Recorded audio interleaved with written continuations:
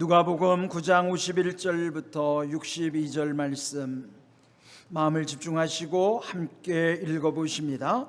예수께서 승천하실 기약이 차감해 예루살렘을 향하여 올라가기로 굳게 결심하시고 사자들을 앞서 보내시매 그들이 가서 예수를 위하여 준비하려고 사마리아인의 한 마을에 들어갔더니 예수께서 예루살렘을 향하여 가시기 때문에 그들이 받아들이지 아니하는지라.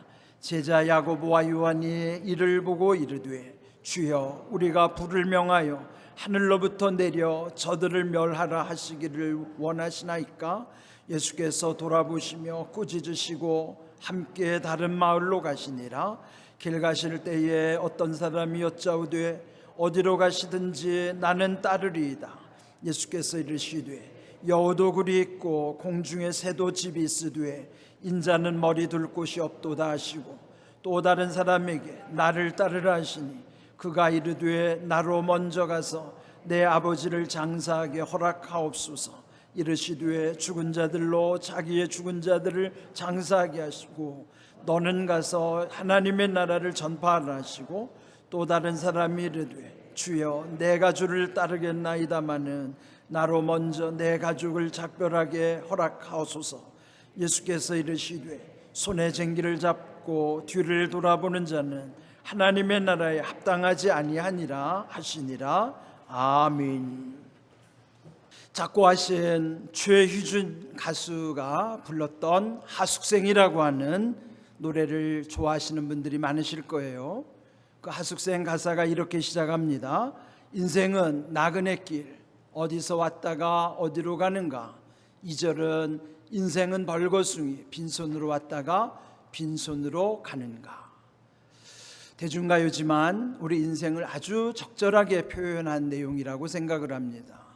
우리 인생은 정처 없이 떠도는 나그네요, 또는 어느 여행을 떠나는 여행객과도 같습니다. 그리고 결국 빈손으로 왔다가 빈손으로 가야만 하는 허무한 인생이기도 한 것이죠. 여러분도 여행을 하시고 또 여행을 갈 때 보면은 그 행선지를 정하죠. 그리고 마지막 최종 목적지는 다시 집으로 돌아오는 거예요. 그리고 대부분 하시는 말이 그래도 내 집이 최고야, 그렇게 말하는 분들의 소리를 전 많이 들었어요. 저도 그렇게 말하기도 했고요. 그런데 여러분, 무의식 가운데 그렇게 내뱉는 말이지만은 이 무의식의 언어는 때로는 하나님께서 우리에게 주시는 본능이기도 한 것이에요. 그것은 어찌 보면 영혼의 탄식이라고도 이해할 수 있습니다. 우리의 영혼은 이 세상에 머무를 수 없고 또 천국에 이를 때만이 고백한 것처럼 역시 내 집이 최고야, 영원히 가야 할 최고의 집은 천국인 줄로 믿습니다. 그 본능의 언어를 우리는 쉽게 여겨서 들으면 안 되는 것이에요. 오늘 이 말씀 속에서 우리 하나님이 어떤 은혜를 우리에게 주시는가를 잘 따라오시기를 바랍니다. 우리 인생은 여행할 때 보통은 어느 방향을 정하지만은 때로는 방향보다 속도에 더 관심을 둘 때가 있어요. 특별히 한국 사람은 성격이 급해서 무슨 일이든지 빨리빨리 하는 것에 익숙해 있습니다. 그러다 보니까 빨리 하다가 일을 그르치는 경우가 많아요. 그런데요, 결국은 바른 길을 가야만 그 길이 빠른 길이라는 것을 이해하게 됩니다. 바른 길이라는 건 한문으로 정도고 빠른 길이라는 것은 첩경, 그 지름길을 말하는 거예요. 그래서 결국은 정도가 첩경입니다. 이것이 우리 인생에 하나님이 주시는 원리예요. 그렇지만은 우리는 때때로 더 좀 빨리 가려다가 이렇게 낭패를 볼 때가 많은 것이죠. 그런데 오늘 읽은 말씀에도 보면은 예수님의 그 선교의 여정이 나와요. 근데 우리가 참 깊이 새겨야 되는 여정이기도 합니다.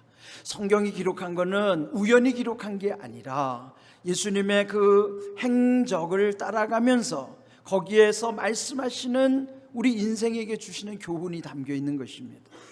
오늘 읽은 51절 2절을 보시면은 예수님께서 승천하실 기약이 차감해 예루살렘을 향하여 올라가기로 굳게 결심하시고 사마리아인의 한 마을에 들어갔다고 기록하고 있습니다. 그런데 여기 처음 출발지가 갈릴리라고 하는 사역지예요. 근데 보통 예수님은 그 갈릴리에서 사역을 하시다가 절기 때가 되면은 예루살렘으로 내려오시는 거예요. 갈릴리는 저 북쪽에 있고 예루살렘은 이 남쪽에 있거든요. 그런데 예루살렘을 오려면은 경유해야 될 곳이 사마리아라고 하는 중간지대예요. 그런데 이 사마리아 땅은 북이스라엘이 무너질 때 아수르에게 혼혈이 되는 겁니다. 그러니까 같은 민족이지만은 그 사마리아 사람을 자기 민족으로 여기지 않아요.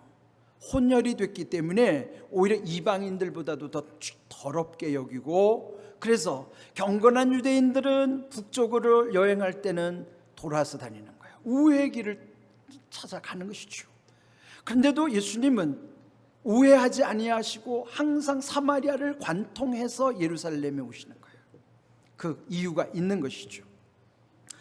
오늘 이 말씀 속에서 보면은 결국 예수님이 승천하실 기약이라는 것은 하늘로 올라가신다는 것이죠. 예수님의 최종 목적지는 천국으로 가는 거예요. 역시 우리도 예수님과 함께 천국 가는 것이 우리 인생의 최종 목적지입니다.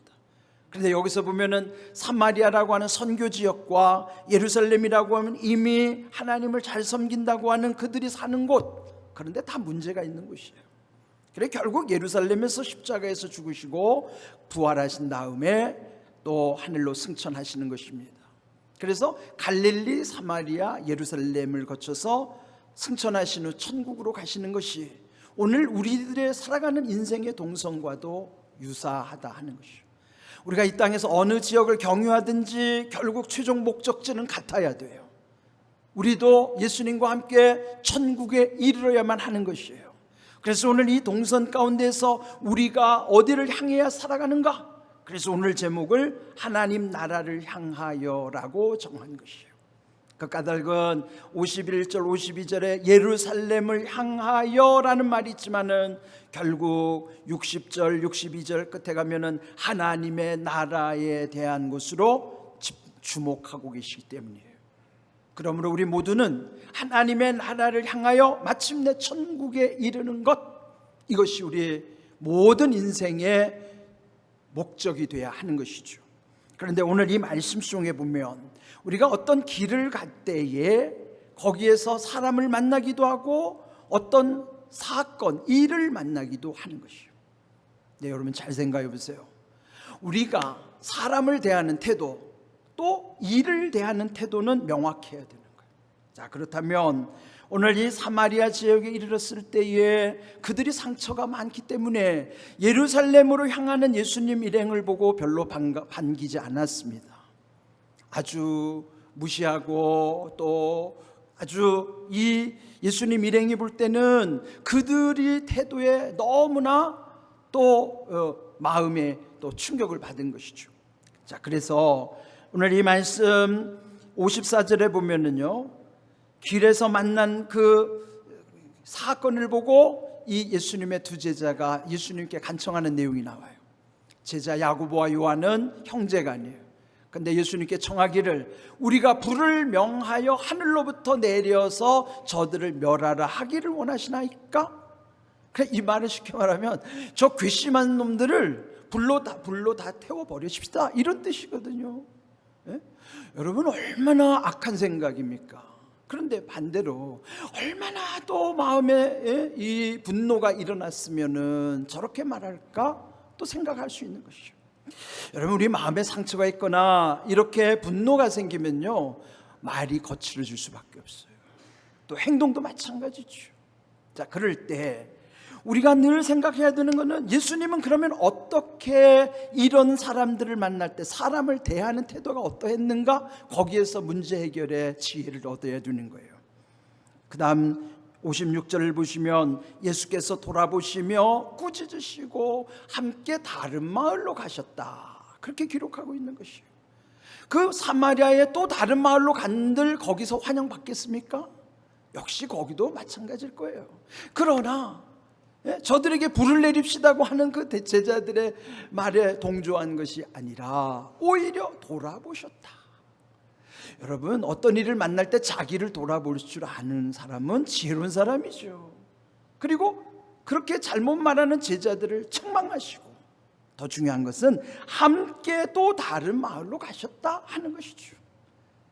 그들이 또 이렇게 무례하게 됐다고 해서 그 사역에 대한 방향을 포기한 것도 아니고, 또 오히려 같이 맞선 것도 아니에요. 오히려 스스로를 돌이키시고 그들과 맞서지도 아니하시고 또 다른 마을에 또 복음을 전하러 가시는 것이에요. 우리가 전도하다 보면은 이렇게 속상한 일 당할 때 적지 않아요. 그럴 때 예수님은 어떻게 사람을 대하셨는가를 깊이 생각해야 돼요. 대개 우리가 사람 대할 경우를 보면요, 크게 세 부류로 정리를 합니다. 이렇게 많은 사람들 속에 보면 첫 번째 부류는 이 세상에 꼭 있어야만 하는 사람들, 뭐 인류에 유익을 줬다든지 그런 사람들은 꼭 있어야 되는 사람들이죠. 그런데 그 반대로 뭐 남에게 해를 끼쳤다든지 그러면은 그런 사람을 일컬어서는 있어서는 안 될 사람으로 치부하는 거예요. 그리고 세 번째 부류는 있어도 그만 없어도 그만 있으나 마나한 사람으로 여기는 경우예요. 저도 그런 마인드로 살았습니다.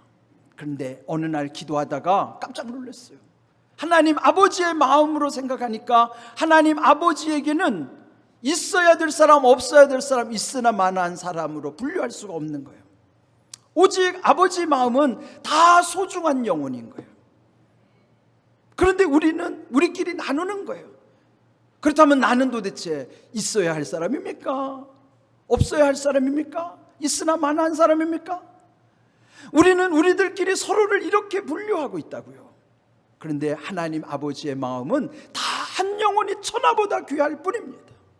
그래서 비록 그가 하나님을 알지 못해서 악하기도 하고 인생의 의미를 모르기 때문에 있으나 마나한 인생으로 살지라도 하나님 아버지의 마음은 동일한 거예요.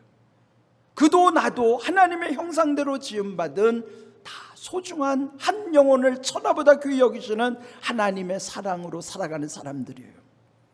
이것이 기독교인의 사람을 대하는 태도여야만 합니다. 그런데 은연중에 우리 생각에도 이렇게 나누려고 하는 악한 생각을 갖고 있단 말이죠. 이것은 하나님이 기뻐하시는 마음이 아닙니다.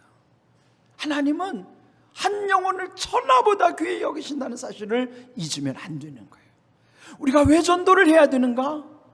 그가 누구든지 간에 그 모든 영혼은 하나님의 형상대로 지음받은 소중한 영혼이기 때문에 전도해야 하는 거예요.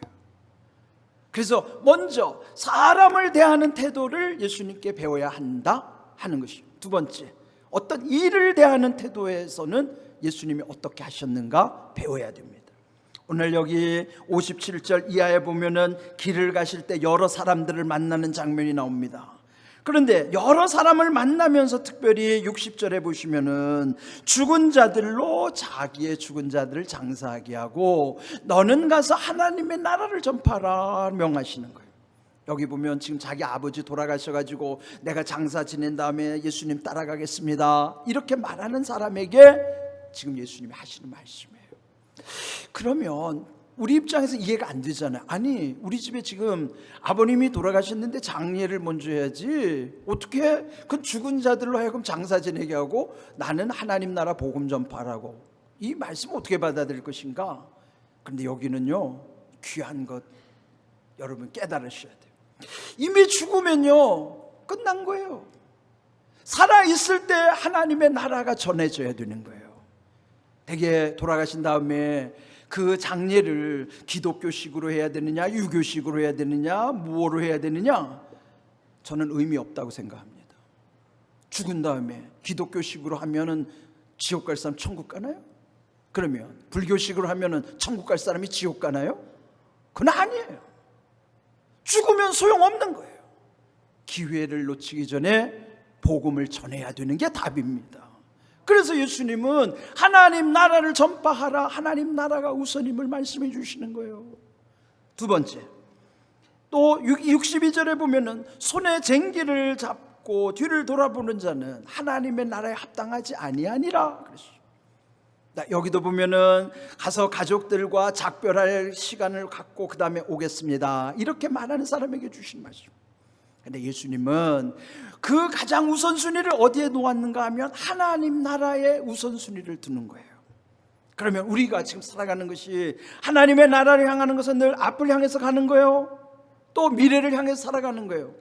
근데 그거는요, 이미 구약의 성막 안에도 다 그 하나의 귀한 상징을 보여주시는 거예요. 옛날 구약 성막을 들어가면요, 맨 앞에 휘장에 거기에 보면 청색, 자색, 홍색 실로 술을 놓고 그룹 천사들이 이렇게 지키고 있는 문양이 정면에 보이는 거예요. 눈을 들어 천장을 보면 천장 위에도 4덮개로 이렇게 천막을 쳐놨는데 첫 번째 덮개, 그건요 안에 들어가면 눈에 보이는 게 첫 번째 덮개라고요. 그런데 그것도 앞에 휘장과 위에 천장이 똑같은 문양으로 되어 있는 거예요. 이게 무슨 의미인지 아시죠? 하나님의 나라는 앞을 향하는 것이 곧 위를 향하는 것과 똑같아야 된다는 거예요. 우리의 미래와 우리는 천국을 향하는 앞을 보는 것과 위를 보는 것이 다르면 안 된다는 거예요. 그것처럼 지금 예수님이 여기서 하나님의 나라를 말씀해 주시는 것은 하나님의 나라를 향하는 우리에게 뒤를 돌아보면 안 된다. 여기 뒤를 돌아본다는 것은 우리의 몸을 뒤로 틀어가지고 뒤에 관심을 둔다는 뜻을 말하는 거예요. 여러분, 운전을 할 때 보면 뒤를 보더라도 우리는 앞으로 운전하는 것이지 뒤를 돌아보면서 운전하진 않아요. 만일 운전자가 자꾸 뒤를 보면서 운전하면은 옆에 탄 사람은 얼마나 불안하겠어요. 뒤를 보고 싶어도 뒤를 보는 게 아니라 앞을 향해서 뒤를 바라보는 백미러를 참고할 뿐이지 몸을 뒤틀어서 뒤를 향하여 운전하지는 않아요. 우리가 하나님의 나라를 향하는 삶도 항상 시선은 정면을 향하고 위를 향하고 바라보면서 살지 몸을 비틀어 뒤를 향하지 않습니다. 다만 그냥 이렇게 앞을 통해서 뒤를 보는 그런 원리를 통해서 우리가 늘 과거를 다시 돌아보기도 하고 그러는 것이지 몸을 비틀어서 뒤에 관심을 두지는 않는 것이에요. 여러분, 이 말씀 무슨 뜻일까요? 지난 과거가 아무리 좋았다 하더라도 거기에 연연하거나 집착하지 말라는 거예요. 우리 공안교 55주년 지난 세월에 여러분 자랑할 거 많잖아요. 반대로 상처받은 것도 많아요. 그런데 이제 더 이상 좋았던지 안 좋았던지 거기에 매이지 말자는 거예요. 거기 묶이지 말자는 거예요. 거기 연연하면 안 된다는 거예요. 왜요? 이미 흘러간 물은 지금의 물레방아를 돌릴 수 없어요.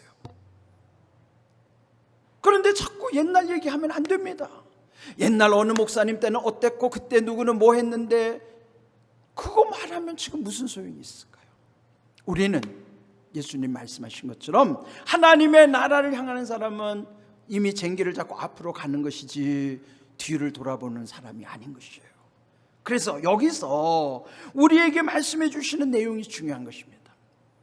아까는 사람을 대하는 태도에 있어서는 우리가 차별하거나 하지 말고 모두가 귀한 존재라는 걸 깨달아야 된다는 것, 그게 사람을 대하는 태도예요.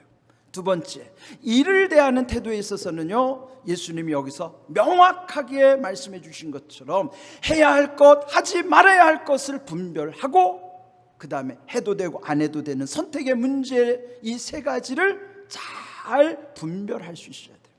우리 인생 살다 보면 해야 할 것 있고 하지 말아야 할 것 있어요. 이거는 분명해야 됩니다. 그런데 해야 할 것 안 하면 더 부담이 되고요, 우리 인생이 꼬이고 힘들어요. 하지 말아야 될 걸 하면 그때도 평안을 잃어버리고 거기 묶이게 되는 거예요. 해야 할 것 할 때 평안하고 자유가 있고 하지 말아야 될 걸 안 할 때 평안이 있고 자유가 있는 거예요. 그건 명확한 것입니다. 그게 하나님의 명령이에요. 해야 할 것, 하지 말아야 될 것을 명확히 하고 그 다음 세 번째로는요, 해도 되고 안 해도 되는 문제는 이건 우리의 자유입니다. 무엇을 먹을까, 무엇을 마실까, 무엇을 입을까, 그건 여러분 좋은 대로 해도 돼요. 운동하는 거, 골프 치고 싶으면 골프 쳐도 되고, 여러분 하고 싶은 대로 하면 됩니다. 다만 도가 지나치지 않으면 되지. 선택의 문제는 자기가 자유롭게 할 수 있어요. 하나님이 우리에게 일을 주신 것은 이 세 가지 범주가 있는 거예요. 그래서 해야 할 것과 하지 말 것을 잘 분별하고, 해도 되고 안 해도 되는 것에 대한 자유함 가운데서 잘 누리는 삶이 필요한 것입니다. 그렇다면 오늘 우리의 전도에 대해서는 어떤 것일까요? 전도는요, 해도 되고 말아도 되는 게 아니에요. 하나님의 지엄하신 명령입니다. 그러므로 해야 될 전도를 하지 않을수록 점점 부담만 생겨요. 그리고 마지막에 천국 가면 책망 듣습니다. 그런데 전도는요, 해야 할 것이기 때문에 하게 되면 자유하고 평안함이 찾아오는 거예요. 그래서 전도하자는 거예요. 여러분, 전도 안 하면 편할 것 같죠? 절대 안 편합니다. 몸은 편할지 모르는데 영혼은 안 편해요. 전도하면 몸은 조금 고단할지 몰라요. 그러나 영혼은 얼마나 자유하고 편안한지 몰라요.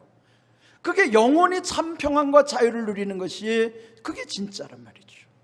왜 우리가 복음 전파를 위해서 모두가 하나 되어야 하는가? 그 가운데 하나님이 우리에게 주시는 평안과 자유함이 있기 때문인 것이죠. 또 하나, 보통 길에게 길을 묻다라는 말 많이 들으셨죠? 길에게 길을 묻다. 저는 이 말을 들으면서 저 표현이 성경에 답이 있다는 거죠. 예수님 말씀하셨어요. 내가 곧 길이요 진리요 생명이니 나로 말미암지 않고 아버지께로 올 자가 없느니라. 즉 예수님이 길이시기 때문에 길에게 길을 물어야 되는데, 내 길을 어디 물어야 돼? 길이신 예수님께 물어야 된다고요. 그 예수님의 길이신데, 길의 근원이신 예수님께 물을 때, 그분과 손잡고 갈 때만이 천국으로 갈 수 있는 거예요. 아버지께로 갈 수 있는 거예요. 그래서 여러분, 이 사실 기억하셔야 됩니다. 또 하나, 예수님도 마가복음 1장 15절을 보면요, 선교 초기에 가장 먼저 하신 말씀이 이것입니다. 때가 찼고 하나님 나라가 가까이 왔으니 회개하고 복음을 믿으라. 왜 회개가 우선일까요? 회개해야만 지나온 과거의 모든 죄들을 쌓여있던 것, 묶여있던 것, 이게 다 풀리는 것이 회개로부터 오는 거예요. 회개가 곧 과거 청산이에요. 과거 청산이 되어 미래로 나갈 수 있습니다. 그래서 회개가 우선이고, 그 다음에 복음을 믿으면 그때로부터 천국을 향하는 삶이 열려지는 거예요. 그러므로 우리가 복음 전하러 가는 것은 회개와 복음 전파로의 이 사명 가지고 나가는 것입니다. 또 다시 하나 말씀드리지만은, 우리 인생이 다 홀로 가는 인생일 수밖에 없잖아요. 장례를 하다 보면요, 가장 오열하는 순간이 있어요. 우리가 죽은 이와 함께 할 수 있죠. 그런데 어디까지 가능한가 하면, 저 화장장에 불구덩이로 들어갈 때 거기서 딱 갈리는 거예요. 더 이상 못 들어가요. 홀로 불구덩이 속으로 들어가는 거예요. 물론 이미 영혼은 하나님께로 갔지만은 가족이 지켜볼 때는 너무나 오해를 할 수밖에 없는 것이죠. 그때 느낀 것이, 우리가 죽은 이와 함께하는 것도 딱 여기까지구나. 더 갈 수가 없구나. 그런데요, 우리를 저 천국까지 오직 함께 하시는 분은 예수님밖에 없어요. 아무리 여러분 부부간에 사랑한다고 해도요, 그렇게 못 가요. 결국은 아무리 사랑하는 가족도 인생은 홀로 가는 인생입니다. 그런데 함께 할 수 있는 것은 오직 예수님을 믿을 때, 예수님과 분리되지 않고 예수님과 천국까지 동행하는 은혜, 그런 은혜를 누리시기를 바랍니다. 그래서 우리는요, 이 세상에 홀로 사는 인생이지만 결코 홀로가 아님을 성경이 말씀해 주시는 거예요. 그것이 마태복음 28장 20절, 볼지어다 내가 세상 끝날까지 너희와 항상 함께 있으리라. 그 항상은 천국까지 가는 항상이에요. 그래서 우리는 이 복음 안에서의 이런 놀라운 하나님의 은혜를 경험할 뿐만 아니라, 우리 주변에 함께하는 모든 이들, 만나게 하시는 이들, 전도 현장에서 이루어지는 모든 사람과 일에 대한 태도를 명확히 해야 되는 거예요. 사람을 함부로 판단하지 말 것과, 그래서 모든 영혼이 소중하다는 것, 그러나 일을 대할 때는 해야 할 것, 하지 말아야 될 것 하나만 하지만 내 선택의 자유 가운데서 이룰 수 있는 것, 그걸 잘 분별하는 것입니다. 왜 전도 현장을 그래서 우문현답이라고 할까요? 우리의 문제는 현장에 답이 있습니다. 왜 그럴까요? 우리의 모든 문제는요, 현장에서 전도 현장에 나가면 거기서 내가 주의 일을 할 때 내 문제를 지금 하나님이 풀어주고 계시는 거예요. 내가 주의 일하면 주님은 내 일을 대신해 주시는 겁니다. 여러분이 어떤 문제가 있든지 전도 현장에 나가 보십시오. 제가 이 말씀을 공감하는 것은요, 전도하신 분들의 공통점이에요. 내가 이렇게 전도했더니 하나님이 우리에게 이런 은혜를 주셨다. 그런데 보니까 그 문제가 딱 맞아요. 우리의 문제는 현장에 답이 있구나. 우문현답이에요. 그래서 우리는 여러분의 모든 문제 현장에 가서 그 문제 해결 받으셔야 돼요. 하나님은 절대 공짜가 없으신 하나님. 그래서 우리는 이 일을 위해서 함께 힘을 모으고 기도하고 이 일을 위해서 우리가 모든 일을 지금 집중하려고 하는 것이에요. 여러분에게 부담을 드리려는 게 아니라 그 부담을 덜어드리기 위해서 전도하자는 거예요. 왜? 전도 안 하면 부담이 더 쌓인다니까요. 전도해야 부담을 덜고 자유하기 때문이에요. 그리고 전도의 현장 속에 예비하신 하나님의 은혜가 크기 때문이에요. 그 잃어버린 영혼을 찾는 것이 하나님은 보물찾기와 같은 것이지만 그 한 영혼을 찾을 때 거기에 감춰둔 우리를 위한 은혜도 그건 우리에게는 보물찾기와 같은 거예요.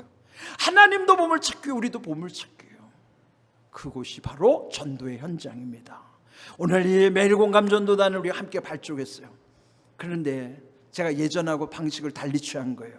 예전에는요, 막 선서하고 손을 들고 구호제창하고 전도 특공대를 만들고 막 이렇게 과격하게 했거든요.